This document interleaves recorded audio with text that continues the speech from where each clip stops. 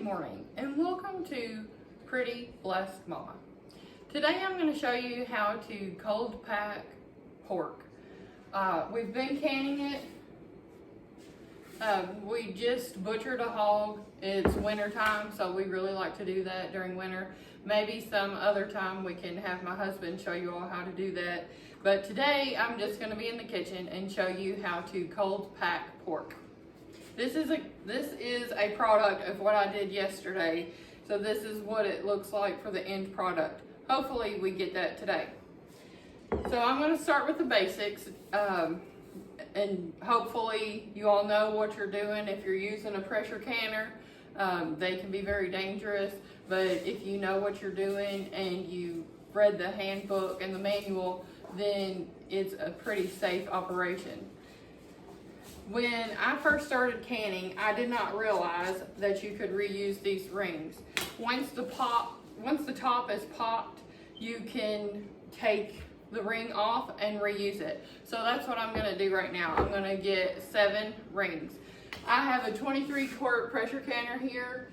It holds 7 quarts or 10 pints.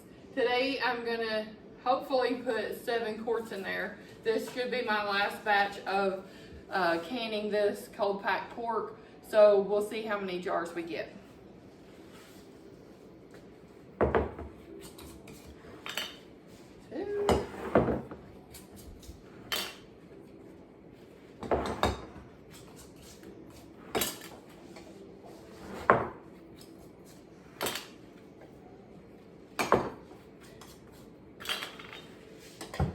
I know canning meat can seem like an odd thing for many people, but we like having cold packed meat that's canned. So if our freezer goes out or the power goes out, this is completely cooked. You can open the jar and eat it cold if you like, or all you have to do is just slightly warm it up and it's ready to go. It's a meal in a jar. I'm going to get these jars out. Okay. So first of all, before I ever get started on my packing the cans, I always check and make sure that there's no burrs, that there's no breaks, that there's nothing sticking out on the top of the jar. Otherwise, it can make your lid not seal properly, and then you've wasted all your time and the food. So always check that. I always check all of them and make sure that they're clean. Oh, that one's got a burr in it, so we won't use that one. That just became a tea glass. Okay. Once you get your jars ready, you have to use the canning salt. So I just pour some in a bowl here.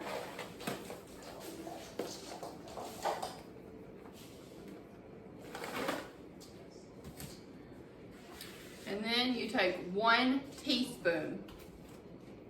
My mom said she did this with a tablespoon and pretty much ruined it. So I don't think that I can anything with a tablespoon of salt. I just put 1 teaspoon per quart in each jar. Okay, we're done with that. Next, I'm going to get my meat. Okay. And I always like to use this. Apparently I'm not a very good aim. So I just stick that in there. And this is what our cold packed pork is. We have a commercial meat grinder. We just run it through our big plate. So it cuts it up into about inch by inch chunks, and that's perfect. It saves a lot of cutting. So I'm just gonna fill each jar. And on my first batch of canning this yesterday, I weighed a couple jars to see how much meat was going in. And each jar I packed about 2 pounds of this pork in. So now I'm just going around pushing the meat down in there. You don't want it super tight, just tight enough that you don't see any big air bubbles like that one. So you just kind of push it all down in there. Because the meat will actually get smaller when it cooks. As in this jar, it was completely filled to the neck here, and once the juice comes out, it does get a little bit smaller. It's still all there, it's just now juice. All right, so we're gonna finish this one.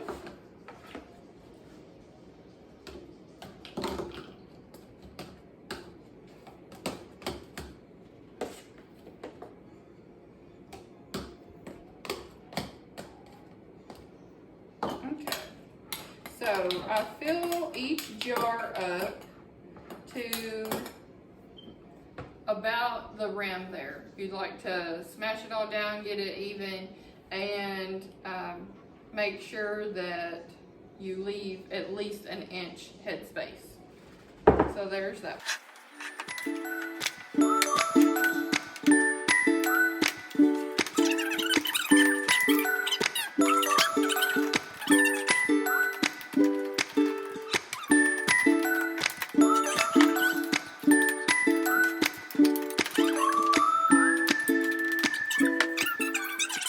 Check my recipe for one very important thing. Let me look.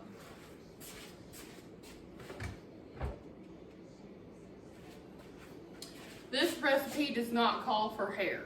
So give me just 1 second. I'm gonna go put this mop up and I'll be right. All right, much better. You don't want to ruin a recipe with hair. I'm gonna show you I didn't have enough meat to fill up these cans, and I had a roast, so I just cut all the good meat off of that roast and left the bone there. And I'm gonna, or you can use pork butt, whatever you want if you don't have a fresh hog that you just killed. But I'm gonna cut this up into smaller chunks, about 1 inch by inch is good. But you want to leave some fat on the meat.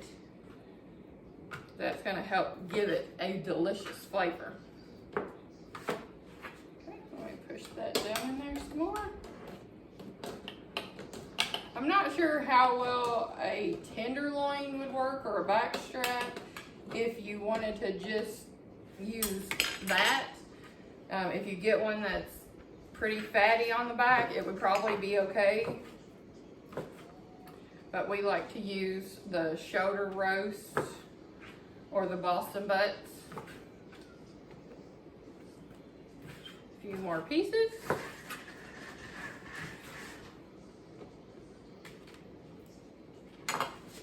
Push it down in there. Got a big chunk of fat on top, that's good. One thing I did forget to mention, you always want to make sure that your jars are very clean and sterile before you start.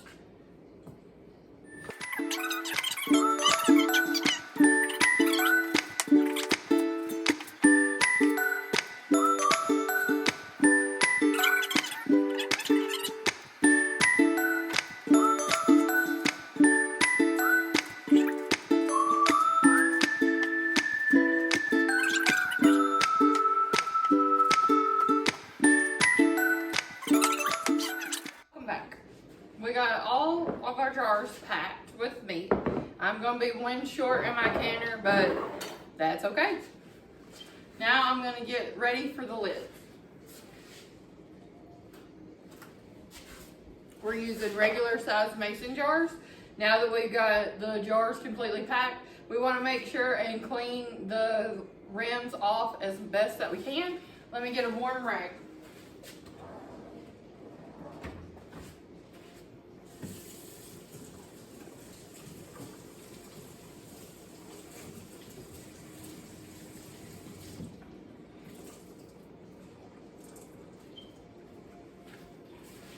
And yes, those are last night's dishes in my sink. As I stated in my description, this is real country life. My cleaner hasn't showed up here in about 10 years, so looks like it's to me to get it all done. All right, so I'm just taking this rag and thoroughly washing around each lid to make sure that it's completely cleaned off. And since we have cold jars, I'm not gonna heat my lids. If I was canning green beans fresh out of the garden and was putting hot water in the jar, then I would heat my lids. But since I'm doing cold packed meat, everything going in that canner is gonna be cold. It is very important to note on this recipe that you do not fill this up with water. Most other things that you can, you will fill it up to the rim with water. This will make its own juice. You will see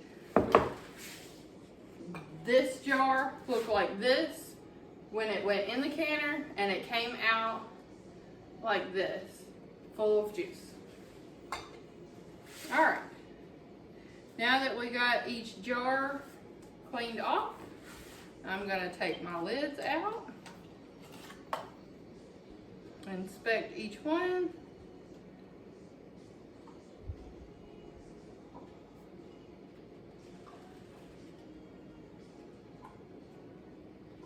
Okay.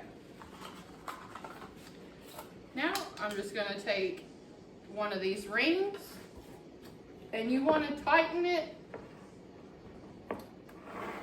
not over tighten it, because that can cause an issue too. And not tighten it, make sure you tighten it enough.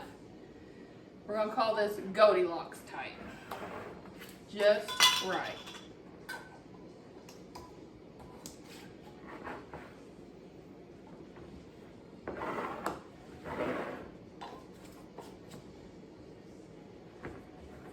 And one more.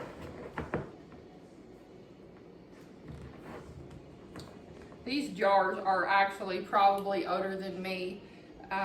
We go to auctions and yard sales, estate sales, anywhere we can, and buy jars that we can that are already used. It's a great way to purchase in bulk, and it's a great way to purchase hopefully at a discount. Okay, now that we're done with our jars, they're ready to go in the canner. Let's get the canner ready. I knew this chip jar would come in handy. So for my 23 quart canner, you have to put 2 quarts of water in the bottom of your canner. Oh, I better get rid of this before y'all realize I can't cook. All right, so right now we just have a cool, empty canner. Our little plate is in the bottom here. It helps keep the jars off of the complete bottom so that it's not on direct heat. So we are gonna take this, and since we do have cold meat, we're gonna use cold water.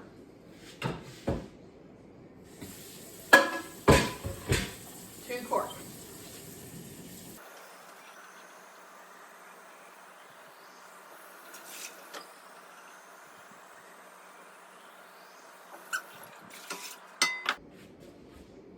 Okay, now my canner's ready. So I'm just gonna take each jar and easily place it in my canner.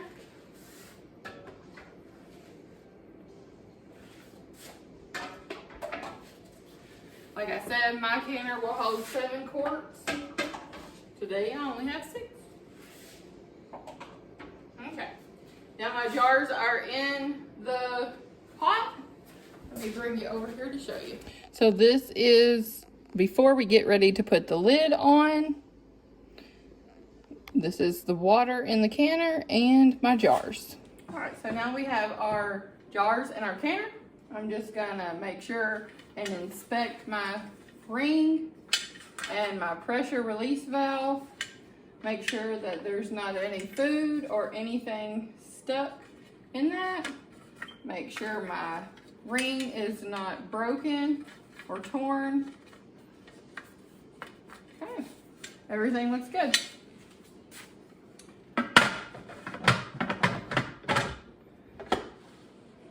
All right, as you can see up here on the top, this is the pressure gauge. We're gonna can this pork butt at 10 pounds of pressure for 60 minutes. Let's get it going. And you wanna start out very slow since the meat and the water in here is cold. You do not wanna heat that water up too fast. It will make the water come out of your jars. Let's see if I have one. This one may have been heated a little too fast. See, the water level is only about right here. Ideally, the more water you have in here, you probably started your canner and worked the heat up slower. That's the best thing. It does take a while to can this, but it's worth every minute. All right, so we're just gonna let this build pressure, and we'll be back whenever we get ready to put the jigger on. Here we are back with our cold packed pork. As you can see, our pressure gauge just made it to 10 pounds. So we're gonna start our 60-minute timer and try to keep this temperature consistent so that the pressure stays at 10 pounds. If you see it growing a little bit, you can always just lift that up slightly. Be very careful because the steam will burn you, but you can let some of the steam out to get it back down to 10. Be very careful and always make sure that you're staying with this pan because it can be very dangerous if the pressure gets too high. Let's get her going here. All right, we're on the countdown. 59 minutes and 56 seconds left to go. Then we can enjoy some cold packed pork, canned fresh. Okay, so our timer just went off. We're still at 10 pounds of pressure. So we are going to take this jiggler and just let the steam blow in a safe direction away from any body or anything. So we're just gonna let it blow that way. And, oh, I forgot to turn the burner off. That's a good place to start. All right, we can remove the heat. Just gonna slide it over a little. Okay. And I'm just gonna make that steam point that way towards the wall. And we'll be back whenever the steam gets down to 0 and this pressure drops back in the pan. Then we know all the pressure is out of the pan and it's safe to open it. Okay, now we're back. The pressure release valve has completely went down. Now it is safe to remove our jiggler and open the pan. There's still going to be steam and it's going to be very hot. So I always open the pan and let the steam go out towards the wall.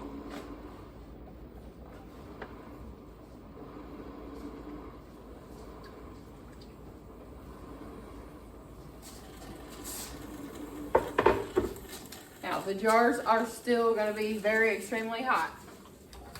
So I always use one of these can jar lifters. Here you can see all the water in there still boiling, all the juice. So you can see that it's boiling and hot. So be super careful. I'm just gonna stick it over here on a towel and let them cool.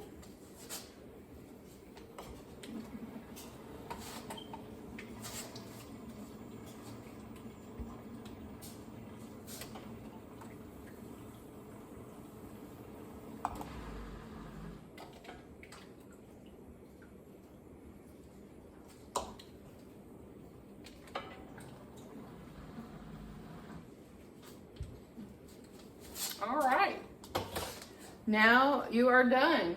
We have made our canned pork, and it looks beautiful. Can't wait to make a new recipe to share with you all. Thank you all for watching this video, and we hope that you tune in with us again. Have a good day.